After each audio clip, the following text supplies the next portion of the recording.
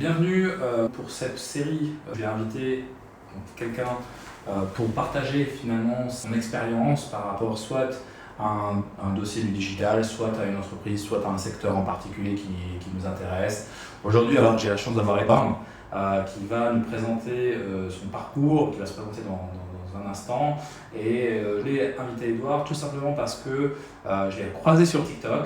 Je m'intéresse à l'immobilier à titre personnel, mais parce qu'aussi j'ai des clients dans l'immobilier qui s'intéressent à aller dans le digital. Et je trouvais que dans la tendance du moment, en entendant beaucoup parler de TikTok, je trouvais que ce qu'il faisait était sympa. Donc bienvenue Edouard. Hello, merci beaucoup. Donc est-ce que tu peux te présenter un peu, nous faire le CV de l'invité en quelques secondes, qui t'es, d'où tu viens, et on rentrera dans le vif du sujet de ton parcours TikTok. Ouais, bon. Alors du coup, je m'appelle Edouard, j'ai 24 ans.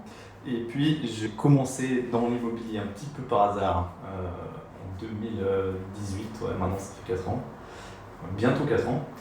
Et puis c'était dans le courtage principalement résidence secondaire. Et puis avec le temps, ça a évolué un petit peu. Et puis j'ai formé en fait le plus rapidement possible dans l'immobilier. J'ai fait toutes les formations possibles, l'IMOBase, certificat de financement, voilà. Et puis j'ai terminé mon brevet fédéral d'expert en estimation immobilière en juin cette année 2022. D'accord. Et puis en termes de parcours digital, en fait, on peut dire que tu es un consommateur de contenus digitaux, mais tu n'as pas une formation en digital marketing plus que ça. Est-ce que je me trompe? Non, j'ai aucune formation en digital marketing, non, pas du tout. Par contre, je suis beaucoup de contenu en Amérique, de marketeurs américains. Intéressant. Qui je pense sont bien en avance par rapport à nous. Et puis Gary c'est ça qui m'a donné quelques idées. Gary Vee, Grant Cardone, Alexandre Mozi, donc tous les plus gros. Et puis je pense que leur contenu est très, très pertinent. Alors, discutons de l'immobilier, puisque a priori c'est quand même le sujet qui te passionne. État des lieux de l'immobilier et du digital en Suisse romande, est-ce que tu vois ce qui se fait, ce qui se passe? Est-ce que aujourd'hui tu juges que effectivement il y a encore du boulot à faire pour que les acteurs de l'immobilier viennent dans le digital, se mettre un peu à la page, parce que j'ai l'impression que toi tu l'es, ou en tout cas tu l'amènes. Qu'est-ce que tu peux porter comme regard sur le marché en tant que tel? Alors c'est une excellente question. Je pense que d'un point de vue digital, marketing digital, l'immobilier a 20 ans de retard. Ouais. Honnêtement, c'est dramatique. Je pense que j'ai parlé à plusieurs personnes aussi qui travaillent dans le digital, et je pense que tout le monde est à peu près du même avis. J'ai commencé par gérer les comptes de Facebook, Pinterest, Instagram, de l'agence dans laquelle je travaillais, dans laquelle j'ai commencé en fait.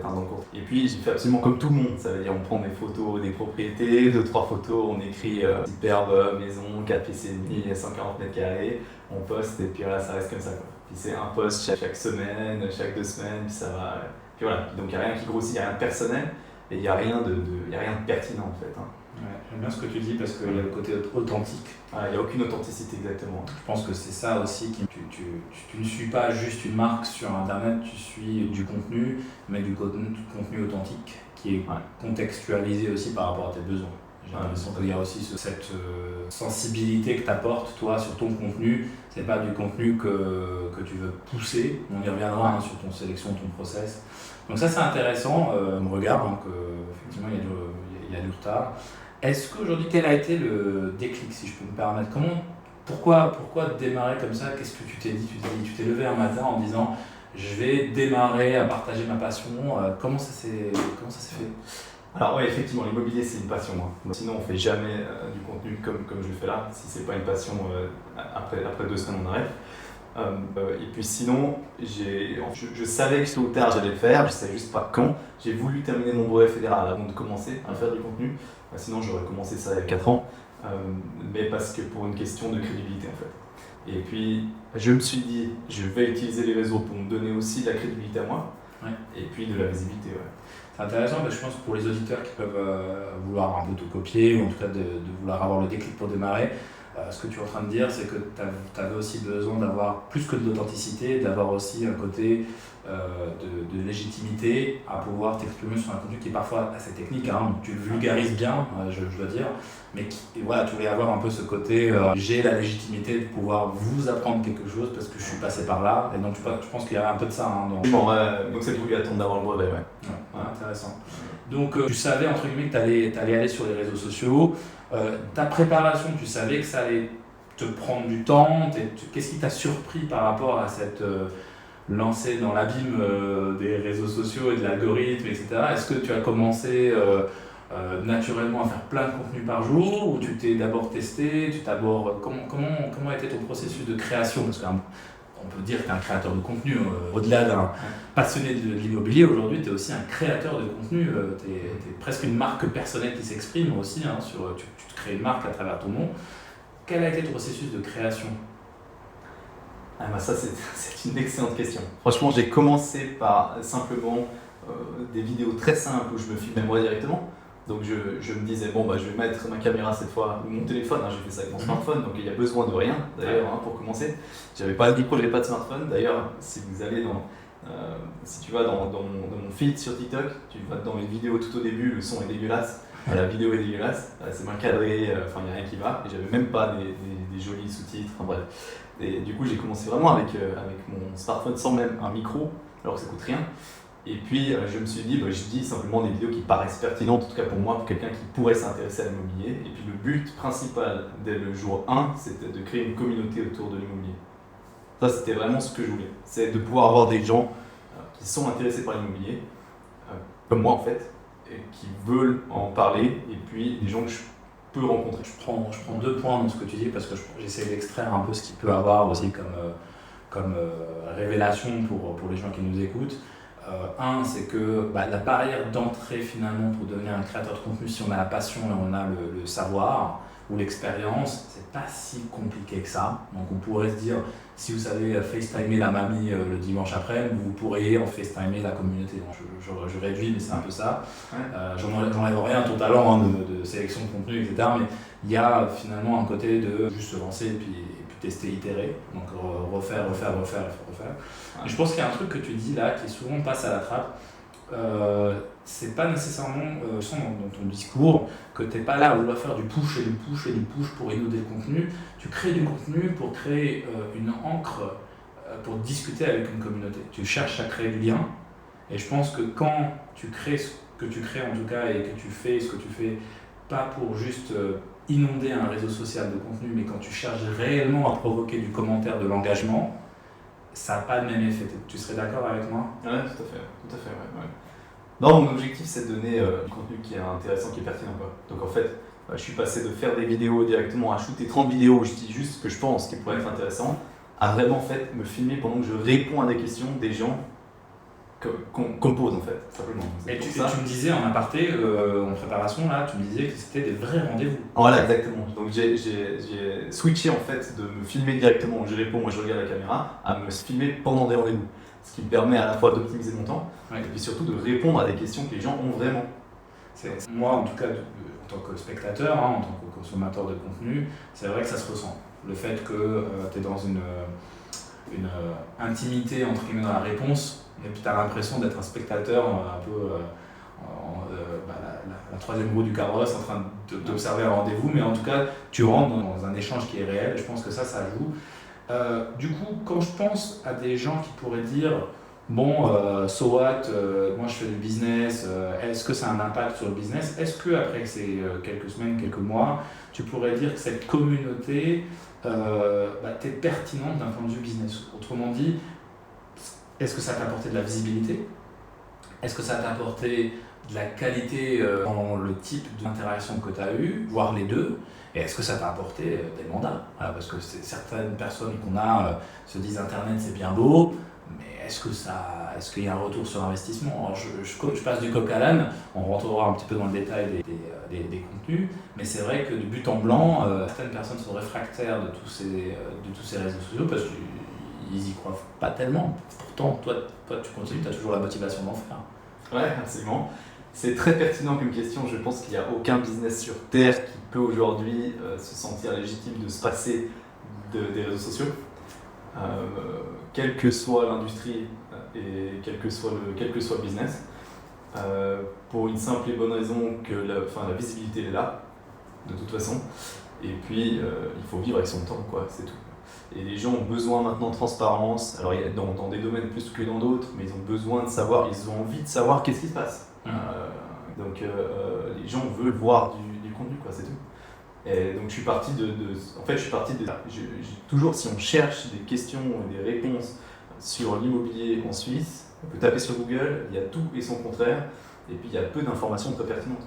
Je pense que, pour te compléter dans ton constat et dans ta réponse, je pense qu'il y a aussi le fait qu'une fois que tu as atteint une proximité dans le top in mind d'un potentiel client, je prends moi par exemple, je fais des projets immobiliers dans les 2 ans à venir, je te suis pendant 2 ans, tu m'apprends quelque chose qui m'intéresse par rapport à de l'amortissement, comment utiliser potentiellement un troisième pilier pour mon projet IMO, etc. Enfin, je peux peut-être être dans des réflexions comme ça.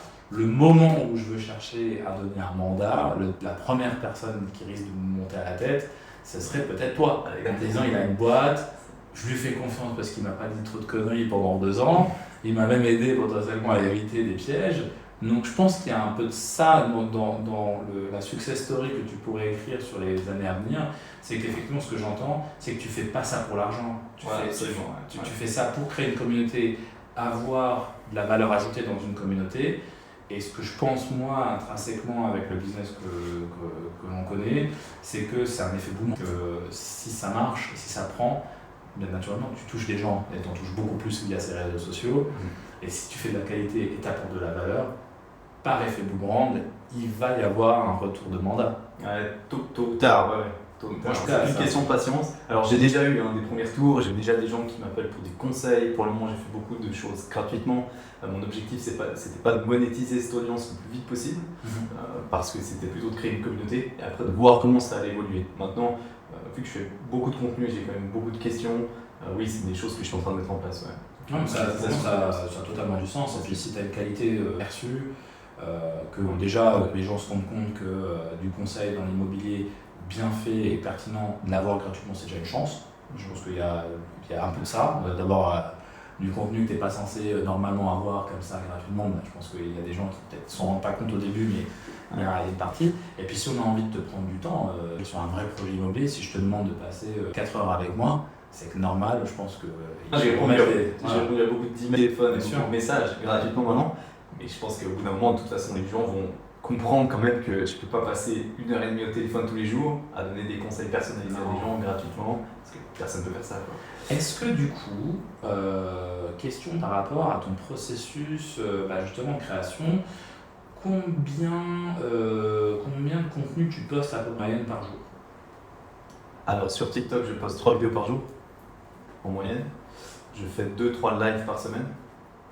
En fin de journée, les lives, c'est vraiment ce qui est le plus pertinent à mon sens. Là, je peux vraiment répondre à des questions et vraiment créer une relation directement avec la communauté. Ce qui est génial, c'était mon objectif. Et puis sur Instagram, c'est 2 posts par jour à peu près. Je vais augmenter, mais bon voilà, ça prend du temps. Et puis YouTube, pareil. Alors du coup, c'est pour ça que ça m'introduit la question. Tu m'imagines sur les plateformes, entre TikTok, Instagram, Facebook, YouTube aujourd'hui, l'entrepreneur lambda, il est un petit peu perdu en se disant si je vais passer 8 heures par jour à faire tout ça, il y a tellement de plateformes différentes, etc. Aujourd'hui, est-ce que tu sens des différences entre TikTok, Instagram, YouTube? Est-ce que tu as un conseil à donner par où démarrer? Est-ce que tu peux nous répondre un peu sur le choix des plateformes? Tout à fait, oui. Alors moi j'ai commencé un petit peu de manière arbitraire sur TikTok, Instagram, YouTube et Twitter en même temps. Twitter, j'ai très peu de retours. J'ai 2 abonnés en 2 mois et quelques vues sur mes tweets et tout. Donc je suis en train de lever le pied un petit peu. Je ne sais pas si c'est une bonne idée, mais voilà. Et puis autrement, je n'ai pas utilisé Facebook ni LinkedIn, ce qui est une erreur, je sais, mais je ne peux pas tout faire en même temps. Ce que je recommande, alors de mon expérience, ce qui est intéressant, c'est que j'ai commencé TikTok, Instagram, YouTube en même temps, j'ai fait le même contenu et puis je les ai repostés partout. Donc j'ai pu faire la comparaison en fait entre les plateformes. Ouais. J'ai trouvé que alors TikTok c'est de loin la plateforme avec le plus de visibilité et surtout une excellente précision en termes d'audience, de qualité d'audience. Ouais. J'ai pour le moment l'approche des 90% de Suisses qui regardent mon contenu sur TikTok, ce qui est impressionnant, contre à peu près 70% de Français sur YouTube. Ah ouais. Ce qui fait une grosse différence. Ouais. Ensuite, Instagram, ça fait du temps à se mettre en place. Je pense que l'algorithme est plus lent aussi. Mais maintenant, Instagram est en train de copier TikTok. Ouais. Donc l'algorithme est en train de changer. Hein, ouais. Parce qu'ils se sont rendus compte que TikTok est en train de tout ramasser. Donc sur Instagram, ouais, ça commence à partir aussi, grâce aux Reels. Et puis sur YouTube, c'est beaucoup plus lent. Mais voilà, sur YouTube, ça reste un SEO. Donc, Deuxième moteur de recherche de la planète. Voilà, exactement. Donc je pense que c'est plutôt du long terme. Mais à mon avis, TikTok va devenir ici. Et donc va essayer de concurrencer YouTube. Ouais. Intéressant. Sur le marché des influenceurs suisses, est-ce que tu es en train de voir aussi que ça bouge, que ça se structure? Parce que c'est vrai qu'on le marché de l'influence en Suisse est encore un peu au balbutiement. Il y en a quelques-uns, hein. On voit 2-3 TikTokers qui ont explosé. Donc il y a quelques qui ont vraiment explosé dans le gaming et autres, hein, dans YouTube. Donc il y en a quelques-uns. Est-ce que toi aujourd'hui, tu es sensible à ça? Tu suis le marché de l'influence? Tu as envie de devenir... Est-ce que c'est ce côté d'être un influenceur dans le métier, ou toi tu es plutôt en te dire moi je fais de l'immobilier, je partage ma passion, mon métier c'est l'immobilier, et puis si c'est une caisse de résonance et d'amplification de ton métier, tu te positionnes. On a le droit de se poser la question. Je me positionne pas du tout, donc c'est très clair dans ma tête, hein. Je me positionne pas du tout dans l'influenceur, c'est pas du tout mon objectif. J'ai l'impression qu'en Suisse quand même, globalement c'est plutôt du divertissement, hein, dans ce monde de l'influence. Ouais. Et donc moi c'est pas du tout mon but de faire du divertissement, plutôt de l'éducation. Et j'ai simplement envie de partager ma passion et créer une communauté autour de ça et me donner de la visibilité évidemment. Donc, mais je pense que la Suisse romande avait besoin de ça quand même. Ouais. Parce qu'il y en a beaucoup en France, aux États-Unis, mais ici je pense qu'il y en a très peu, en tout cas dans le domaine de l'immobilier. Mais je ne me positionne pas dans l'influence. Ouais, c'est parce que je pense à un autre domaine qui est par exemple le monde de la crypto. Alors aujourd'hui on les entend un petit peu moins parce qu'il y a un petit peu winter time là, donc dans la partie crypto. Mais c'est vrai qu'à un moment donné on a vu fleurir, même en Suisse du coup, des gens dans la crypto qui parlaient de la crypto pour devenir influenceurs et qui n'étaient pas en train de devenir influenceurs pour pousser la crypto. Et j'ai l'impression que toi, quand je sens ton contenu, tu es quelqu'un qui est en train d'essayer de pousser le sujet de l'immobilier à travers les réseaux et pas l'inverse. Et je trouve que ça avait le mérite d'être dit, parce que je ne dis pas qu'il y a deux classes d'influenceurs sur Internet, mais quand tu as du contenu qui est légitime et authentique, ça a le mérite d'être noté. Voilà, absolument. Bah, mon but, c'est pas du tout de faire de la pub ou du placement de produits, typiquement dans mon contenu. Ouais. C'est générer des leads, par contre évidemment, parce que ça me donne la visibilité. Donc le but, c'est que j'ai un business qui va quand même utiliser les réseaux sociaux. Oui. Mais j'ai pas du tout envie de faire de la publicité. J'allais y venir. Donc aujourd'hui, toi, tu arrives à utiliser ces réseaux de manière organique, entre guillemets, et puis avoir potentiellement du boost sur certaines vidéos qui sont un petit peu des têtes de proue de ton contenu, qui sont un peu la tête de gondole de ce que tu offres, mais tu n'es pas dans une stratégie de dire je vais payer l'algorithme pour m'acheter une visibilité. Non, pas du tout. Non, mon but, c'est pas de faire le plus gros nombre d'abonnés sur TikTok, pas du tout d'ailleurs, et pas le plus de vues possible. Ouais. Parce que mon but, c'est de toucher les gens qui sont intéressés par ce que je fais vraiment en fait. Ouais, c'est mon seul objectif. Donc d'ailleurs, je touche. En fait, mon client cible à moi, enfin mon visiteur cible à moi, c'est un Suisse qui a TikTok ou Instagram, qui est intéressé par l'immobilier et qui parle français, quoi, donc en Suisse romande. Donc ça fait très très peu de monde, hein, en nombre, en masse, mais c'est pas grave. Certains te diront qu'on va sur le marché de l'immobilier, c'est intéressant à exploiter. Donc, De toute façon, ça touche globalement quand même presque tout le monde au final, l'immobilier, de proche ou de loin, quoi. Alors sur ça justement, deux questions sous-jacentes. Si je regarde d'un point de vue purement digital marketing, tu crées un tunnel là, de conversion, hein, tu crées de la visibilité, il y a de l'engagement, on peut imaginer de la conversion, quelqu'un qui te contacte par message privé, comme moi d'ailleurs je l'ai fait en te proposant ce rendez-vous aujourd'hui. Et après, tu peux avoir une conversion de niveau 2. Ce que je comprends de toi aujourd'hui, c'est que cette conversion de niveau 2, de potentiellement cibler, cribler les gens qui ont un vrai besoin et qui passeraient du côté classique du business, c'est ça ton potentiel, c'est ça la cerise sur le gâteau, entre guillemets, c'est plutôt une cerise sur le gâteau, c'est de se dire j'ai partagé, tu m'arrêtes, tu partages un moment sympa, tu partages ta passion, il y a une interaction avec une communauté qui peut parfois même t'apprendre des choses, j'imagine que ça va dans les deux sens. Ouais, on me pose de plus en plus de questions très pertinentes qui me challenge en fait. Je pense que c'est ça. Je n'ai pas forcément la réponse toujours. Et donc ça me pousse à aller chercher aussi des infos et à m'enrichir moi aussi. Je pense que c'est ça qui est intéressant dans ton discours, c'est que c'est cet échange qui peut aussi t'amener à y trouver de la qualité pour toi, pour y passer plus de temps. Et puis finalement, la cerise sur le gâteau, comme je disais, c'est que finalement, le retour sur investissement de ce temps-là, c'est que s'il y a quelques clients qui trouvent de la pertinence à te mandater pour quelque chose, bah là, ils sont hyper ciblés et ça se trouve, ces quelques clients rentabilisent totalement tout l'effort qui a été fait sur les semaines dernières. Et donc, c'est ça le cercle vertueux Voilà. que tu essaies de démontrer et que tu fais d'ailleurs depuis le démarrage. Donc, pourquoi je pose cette question? Parce que des fois, on voit des entrepreneurs ou des influenceurs qui se creusent la tête sur ce marché de l'influence en disant bon, je vais faire du merchandising, je vais faire de l'affiliation, je vais créer un business avoisinant, je vais faire de la pub. Enfin, ils se cassent vraiment la tête à essayer d'identifier 5, 8, 10 méthodes de rentabiliser leur audience pour pouvoir continuer à fabriquer du contenu. Là, ce qui est intéressant, c'est pour ça que je voulais t'inviter aujourd'hui, c'est que toi, tu es dans une industrie, je ne vais pas dire qui est compliquée, mais qui est quand même une petite jungle en Suisse romande. Il y a un peu tout le monde qui fait de l'immobilier, un peu n'importe où. Je ne vais pas dire n'importe comment, mais Non, mais t'as raison. il y a un peu du courtage dans tous les sens. C'est un peu difficile de s'y retrouver.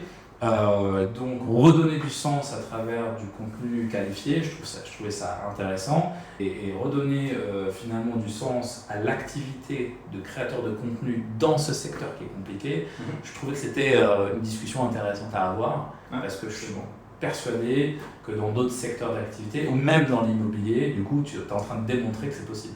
Ouais, alors je pense que tous les secteurs d'activité, peu importe le business, doit se mettre à donner une présence sur les réseaux sociaux, doit se donner de la visibilité.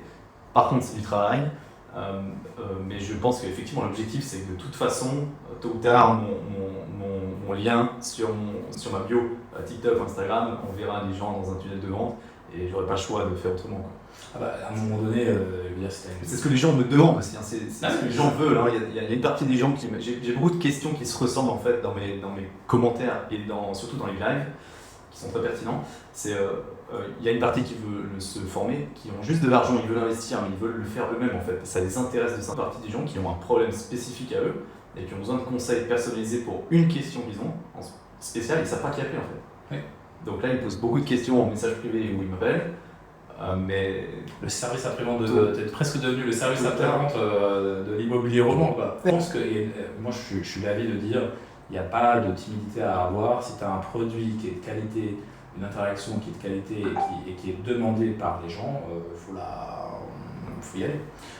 Sur ce qui t'attend à venir, donc sur les prochaines échéances par rapport justement à ta création de contenu, ton business qui a l'air de décoller, etc. Qu'est-ce que tu vas continuer de faire? Qu'est-ce que tu vas commencer à faire de différent pour justement entretenir cette communauté? Qu'est-ce que tu vas arrêter de faire parce que tu te dis finalement ça j'ai testé, ça marche pas, et qu'est-ce que tu vas commencer à faire de nouveau parce que tu te dis tiens, je sens qu'il y a un peu d'innovation à avoir, un peu de différence à apporter. Est-ce que tu peux nous en parler un peu plus sur ce qui attend ta communauté à venir? Alors, je vais en tout cas pas freiner la cadence en matière de création de contenu. Je vais plutôt essayer d'accélérer. Donc, j'ai pu déléguer maintenant le montage des vidéos. Je vais engager une community manager qui va commencer au mois de novembre. Et l'objectif, c'est de poster encore plus, donner encore plus de contenu. Et puis, se diversifier en fait partout. Je n'utilise pas Facebook pour le moment, ce que je vais faire. Et puis voilà, je ne fais pas de podcast encore pour le moment, ce que je vais faire aussi. Et puis je pense qu'il y a beaucoup de valeur ajoutée, notamment dans les podcasts, typiquement des interviews avec un banquier, avec un avocat, avec un notaire. Enfin voilà, j'ai beaucoup de choses que les gens ont envie de voir, les gens ont envie de savoir, et ce que je prépare. Une communauté Discord. J'ai jamais pensé à ça, mais éventuellement. Ouais. Communauté privée. On m'a déjà demandé une fois en live, ce que je trouve très pertinent, de faire un rendez-vous abonné en Suisse romande. Ça pourrait être intéressant sur des sujets justement qui sont peut-être trop longs à adresser sur des formats courts. C'est ça, c'est une recommandation que nous, on voit. C'est qu'à un moment donné, le format court, ça répond à une question et à un comportement un peu spécifique. On est un peu dans de la consommation non contextualisée. En fait, on se laisse stopper dans la rue parce qu'il y a le contenu qui nous intéresse et on le lit.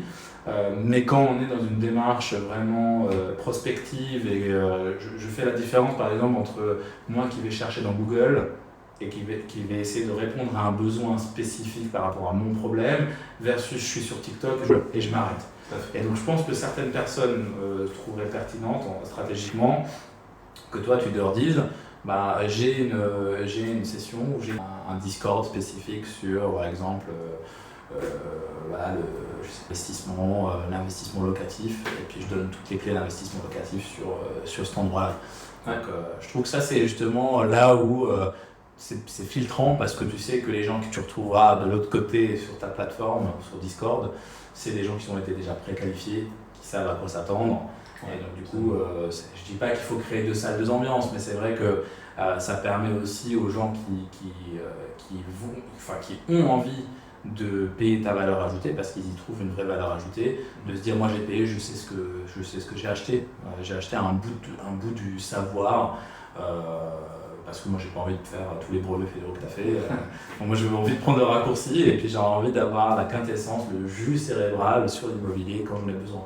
Ou toujours suisse, où tu prévois potentiellement de t'intéresser au marché de l'immobilier à l'étranger pour les Suisses qui veulent investir à l'étranger? Ça pourrait se poser comme question. Hein. Absolument, ouais, en France, on m'a demandé l'achat en France voisine, parce que tous les Genevois m'ont demandé, c'est plus intéressant potentiellement. Malheureusement, c'est un marché que je ne connais pas. Pour le moment, je parle uniquement de ce que je connais, donc toute l'information que je donne, elle est normalement juste. Il peut y avoir des petites erreurs qui se glissent à droite à gauche, mais c'est du contenu que je maîtrise et que je connais. Donc pour le moment, l'immobilier en France, je ne connais pas. Ça ne m'intéresse pas. Il y a tellement de choses à dire, tellement de choses à apprendre sur l'immobilier en Suisse déjà, que voilà, je ne vais pas non plus me diversifier dans tous les sens et parler de choses que je ne connais pas. Quoi. Donc je sais que ça c'est spécifique parce qu'il y a peu de personnes, mais il y a beaucoup de choses à dire déjà. Et finir, là, des différences entre les cantons que tu as pu sentir sur ta communauté, entre les Genevois, tu parlais des Genevois, je ne pouvais pas m'empêcher de reprendre, mais du coup, est-ce que entre les Vaudois, les Genevois, les Valaisans, tu vois des sensibilités différentes dans l'approche de l'immobilier? Est-ce que tu sens qu'il y a vraiment une question de l'immobilier qui est partout la même en Romandie, il y avait un besoin roman? Donc ça peut aussi se poser comme question, est-ce que tu vas descendre peut-être spécifiquement pour parler de l'immobilier en Valais, de l'immobilier de Châtel? Est-ce que c'est quelque chose que tu avais entrevu dans ta stratégie? Alors c'est possible, j'ai encore pas développé tout ça, parce qu'effectivement il y a des lois fédérales dans l'immobilier, et par contre il y a des particularités cantonales et communales partout en Suisse romande. C'est aussi pour ça que c'est très compliqué de faire du contenu là-dessus. C'est parce que c'est hyper spécifique en fait, et tout ce qui est juste en Valais n'est pas forcément juste dans le canton de Vaud ou dans le canton de Genève, donc ça rend les choses encore plus compliquées. Maintenant, je pense que de ce que j'arrive à voir, à ressentir déjà, c'est que dans les cantons de Vaud et Genève, c'est déjà un peu plus presque tabou de parler d'immobilier, parce qu'on a ces constructions qui divergent beaucoup, d'avis divergent beaucoup entre les habitants. Donc, pour le moment, j'ai pas de remarques. Par contre, je trouve que j'ai des commentaires très sympas. J'ai des gens j'ai très peu de haine en fait, donc ça j'étais content. Mais voilà, j'ai pas encore réfléchi à creuser vraiment dans un canton spécifique parce que pour le moment c'est plutôt généraliste. Ouais, parfait. Merci pour toutes ces précisions et cet éclairage sur ton expérience et puis ton retour sur l'usage des plateformes, de comment tu les adoptes pour ton business dans l'immobilier. En tout cas, moi j'ai appris pas mal de choses, et puis en tout cas encore bravo pour ce parcours. On te souhaite tout de bon pour la suite. En tout cas, nous on va continuer de te suivre pour apprendre à la fois à comprendre l'immobilier roman, mais aussi à trouver un exemple pertinent de comment exploiter ces plateformes pour un business qui de l'extérieur a l'air compliqué, mais grâce à toi l'est de moins en moins. Merci, merci beaucoup. Merci à toi.